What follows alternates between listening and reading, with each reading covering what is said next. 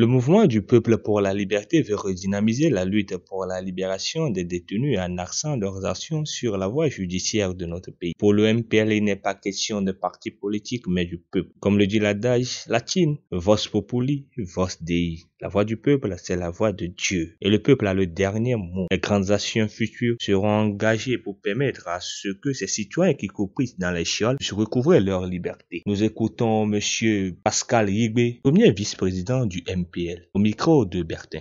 Dans le cadre des détenus politiques que ce régime maintient jusqu'alors depuis 2017. Nous ne pouvons pas comprendre, nous, au MPL, d'abord le silence de nos aînés de la classe politique de l'opposition qui ont signé la feuille de route, qui ont fait cette feuille de route-là qui est sortie pour la crise, pour la résolution de la crise que la CEDEAO a cautionnée. Et ils gardent le silence sur ces détenus politiques-là. Il n'y a eu aucune date qui était sur la feuille pour leur libération. Et aujourd'hui, personne ne réclame que ces détenus soient libérés. Le MPL trouve cela inhumain. C'est des attitudes dégradantes. Oui, c'est vrai que nous avons suivi une conférence de presse où certaines formations politiques également ont fait le même appel. Nous, au MPL également, nous lançons l'appel là.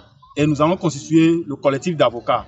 Et avec le collectif d'avocats, nous allons travailler ensemble pour voir comment nous allons mener la lutte là, le combat là, pour que nos frères qui sont dans les prisons puissent être libérés. Et nous pensons que cela doit être fait. Ce régime doit entendre raison une fois pour de bon. Nous avons suivi le ministre des Droits de l'Homme sur une chaîne qui disait qu'il n'y a pas de détenus politiques au Togo. C'est grave pour notre pays. Ce que nous apportons de nouveau, c'est l'appel aux citoyens de comprendre que la solution pour notre liberté, la solution pour une sortie de crise, les crises que nous avons toujours traînées, crise électorale, le développement que nous n'arrivons pas à engager, tout cela dépend maintenant de la vie de chacun de nous, de l'engagement de chaque citoyen, et non d'un milliardaire, d'un richissime, ou bien d'un sauveur, ou bien d'une diplomatie, d'un carnet d'adresses. C'est ce que nous proposons au peuple togolais.